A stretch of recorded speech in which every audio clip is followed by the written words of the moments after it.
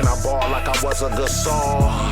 Without risking it all, just to get the shit off. When feelings involved, no problems get solved. Bills get paid, lives get bought, lessons get taught. You can take my train of thought with a grain of salt. Like Cam say, I'm not knowing who to blame or fault. I just listen to the lies and keep playing my part. Keeping everything separate, how we playing is smart. Yeah, I got them hits for hire, check my ass cap. We some Dina bread niggas like Madcap.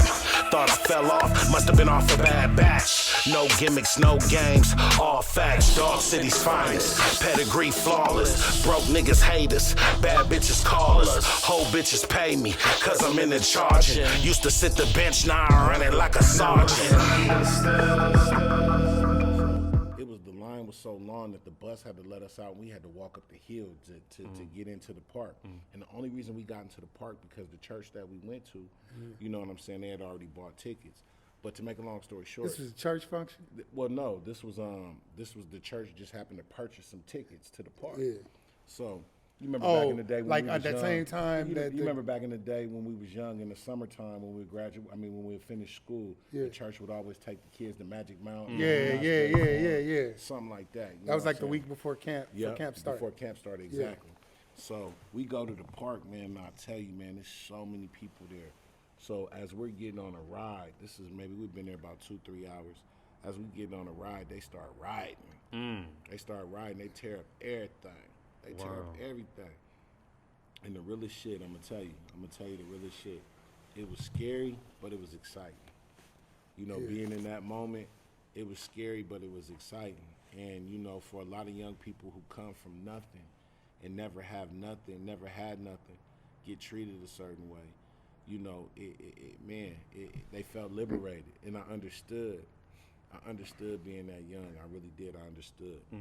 You know, but because it was heavy. It was heavy. School was fucked up. Man, Counselors was talking shit. Teachers was talking shit. Because everybody had an opinion. Yeah, and everybody niggas was always, you know, we was going through in the classrooms. You never was good enough. It never was. Right. I mean, school. Your parents was telling you was fucking up. Shit. Yeah, teachers. But that's what I said. Teachers was talking shit. Teacher would tell you. Teachers tell you, nah, you don't want to be this. Be this. You a ditch this. OT will attest. We had a parent come and whoop a teacher's ass. Yeah. You know what I'm saying? Because the teacher told a kid he wasn't gonna be shit. You heard what the motherfucking superintendent said about everybody in Mirror? Yeah. His dad came and whooped that teacher's ass in front of everybody. I didn't know. And you know what? Now, it's funny. Now you can't do shit like that. Because to me, that's accountability. You know, when a teacher is not allowed to tell a kid that he's not going to be nothing because you never know what that man's going to be. Yeah. Right. I was a student that, you know, teachers told me I wasn't going to be shit. Right. They told me I was an eloquent writer, but they told me that I wasn't really going to be shit because I didn't have no focus. But if I would have believed that, you know, I would have probably fell into their trap. But I didn't because, you know, for me, I always knew I believed in me. No matter what I did, whether I was working a job, whether I was out here hustling, whatever I did, I believed in me. Right. You know what I'm saying? And I think that's what's lacking with a lot of young boys these days. They don't believe in themselves. Those that do go out and make it happen, and others sit back and watch and get really frustrated behind it. And I don't understand it because we all got the time in the day to make something happen. Just like I sit back and I create songs, like you sit back and you create songs, you sit back and create beats and content. Right. It's the same thing. It's the same exact thing. And you gotta make time for that. Like one of my partners playing, man, I love this dude to death, man. That's my partner. You know, he say, we gonna holler at that nigga and get him on here. Definitely. He say, all you gotta do every day is just get up in the morning and write 4 bars. And if you're motivated to add to it throughout the day, keep going. Because you get hot. There you go. You get but if hand. not, at least you wrote them 4 bars that morning. So if you do that for 5 days, you got a song. Yeah. Even if you write 4 bars. Yeah. You know what I'm saying? And a lot of these cats, they not writing them like when we was writing them. Right. You know, they not writing these 16s, and you know, now we can cheat. We can do 12, 10s, 8s, whatever. Whatever, you know, if the hook is popping, you know, I experiment. I experiment. I do different things, you know, like sometimes I'll be writing and my verses will turn into a hook.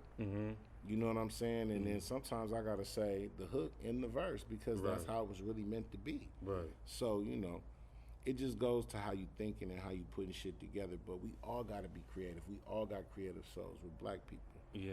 That's what makes us unique, and we're all resilient, man. Yeah, and you pointed on something good there, because it's a copycat league right now. There's a lot of people out here that's copycatting other people's styles, biting other styles people's and stuff. swag. But, you know what I mean? Or just getting a ghostwriter and acting it out. You got to understand, though, too. We got to look at it a different way. More so is motivation. You got to understand that. Imagine a young boy, he comes out and he listens to OT, and he's inspired, and that's his favorite rapper. Who you think he gonna sound like? Right. So now we're gonna judge him because he was influenced, and what gave him the motivation to step out was OT's music. Right. You right on that. We gotta embrace that. You right and on that's that. the problem. That's like young people saying, "Man, fuck that old nigga." You know, you gotta understand. You watch that old nigga. Especially when you developing a style from off of his, off of stuff that you like, that you genuinely like to do. Old nigga. Yeah, that's real shit. Well, old niggas is the one that made up rap. That's not what I'm saying. Rap wouldn't be here without old niggas. What I'm saying is that, you know, in our generation, we come from that third, fourth generation of this shit. Like our parents listen to Sugar Hill. Yeah. You know what I'm saying? We listen to Run DMC, Rakim, you know, and everything else that came after that. We listen to everything that came after that. So what I'm saying is that young people, they would look at our music, they would look at music and be like, man, that old nigga ain't shit. But you gotta imagine at one point in time, that old nigga had shit in order. And he set the blueprint for you to be able to do what you needed to do. Yeah, that's true. So in essence, we all have to respect that. Right. We all have to That's true. respect that. As much as I get mad at certain cats, we have to respect them. Yeah, but I mean, I get it. Like if you, like with me, it's not necessarily they style or putting their words out. It's like if I don't agree with what they say, like they'll say some lyrics and I don't agree with that shit. Yeah, and that's really I appreciate that because you actually said some shit that I don't agree with. I ain't supposed to think that everything that you say is supposed to be fair. No. So when you're saying some shit that you feel is real coming from you, and I'm like, okay, I respectfully disagree, but okay. Yeah. Then I'm like, well, you being completely real with what you said. Well, you got to remember, we come from an era when people was afraid of hip hop. Yeah. You know, the 2 Live Crew, they tried to ban that record. They right. tried to ban the Tupac records, the NWA, the Public Enemy records, because they were scared of it.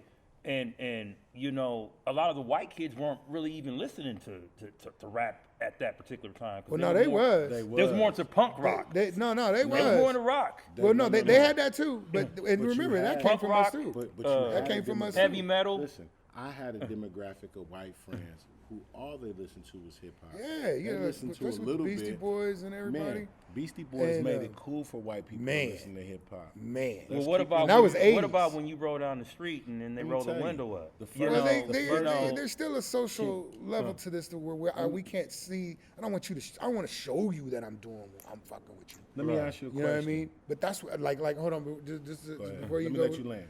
Because when you had hit an interesting point when you had said about the way that they were selling records and the way the black people were listening to it at first and they wanted to ban them and everything else because we were taking off so fast and there was so much money being made that the labels didn't want you to realize that that's you. They want to say, no, I created that so I can get the majority of it and put it down on paper. It's me. I think hip hop. And see, it took off so fast, and we were buying from each other without labels. It was built to so scare now they had people. to get. Well, it was built to tell the truth. That parental advisory said it all. Right, you know, and that didn't come till later on down the line. That was our generation, and that was politics. And that was 2 Live Crew. That was politics. Now going back to 2 Live Crew, you know, they were the reason that we have the advisory sticker on every record because their records were raunchy. And a lot of people weren't listening. You know, a lot of people had issues with what they were saying, but it was the truth where we came from. And they were still talking about safe sex and everything. Come on now. Condoms and don't. Come on now. And don't be fucking with the hoes. They still had a message. Come on now. Still had a message. Too Short bit off they style. Too Short had that same message. Coogee Rap had a message. I'm not gonna lie to you. Everybody was in their own bag because they came from different places and they were able to depict what was going on. I agree. And able to, you know, visualize it and speak it to the world in a way that they can understand. Now, I'm gonna tell you this: Too Short had a major effect on me coming up, and OT, you know this. Like I had every Too Short record, and that dude was just, he was the essence of what we was trying to do, and what we were, coming from the inner city, how he dressed, rappers have really lost touch now because that's real. The way they dress. I watched the older video. But he's still the same way to this day. To this. And I can personally attest to that. To this fucking day, he's elevated. He is still, he's elevated. No, I mean but I mean the character of how he dresses, and the way he is still that way. Like when you hear him on his record, you see him in person. That's Too Short. What I mean, it's no difference. And then when he raps his shit, it's him. You can tell it's him. I got a cold story to tell you about Too Short, and my brother can attest to this. So one night, it was like a BET weekend here in LA. And me and my brother went to this major party, and they would not let us in. And we happened to see Meek Mill, and we was talking to him and whatnot. We was like, man, we trying to get in this party. He was like, no doubt, let's go. So we all walked in the party together, and as we was walking in the door, it was like a fucking movie, bro, because Too Short was there with two bitches, just sitting there chopping it up. It wasn't nothing, Right. He was just sitting there, just had two white bitches just sitting there chopping it up. Damn. And it was kind of dope because, it was who he really was, It was who he really was. And, one thing I love about rappers, and people that, I look up to, that they are who they say they are. And we can't be everything that people expect us to be, but if we're a little bit of that, it makes a difference. It makes a difference, Yeah. Me personally, I'm not in the, I love women, don't get me wrong, but me personally, I have one woman, and that's what I want to stick to because she is great for me. Righteous, brother. But not even that, but it's more along the lines of we got to know what we want in life as human beings. Yeah. You know what I'm saying? I done had it every way, bro. I done had it every fucking way. I'm just being real. I ain't finna lie to you. I done had it every way, bro. So, to be able to have somebody who's loyal to you, you can attest to this too. Man, it makes a difference because when your house is in order, it just makes everything smoother. Yeah. It really does. Yeah. And when you have a woman or a partner who supports what you're doing, man, it just makes everything just that much smoother. Yeah. It does. And a lot of black men don't have that. Yes. So we're lucky to say that we have that. Those that do have that. Yeah. We're really lucky. You gotta stand up. Yeah. That's true. I got a question for you, Bruck, on another note.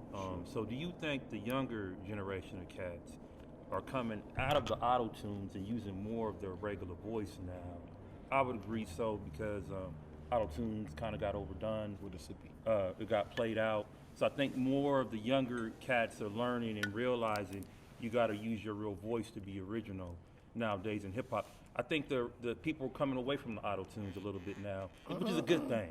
It's a good thing because you can tell who's rapping. With auto-tunes, everyone sounds the same.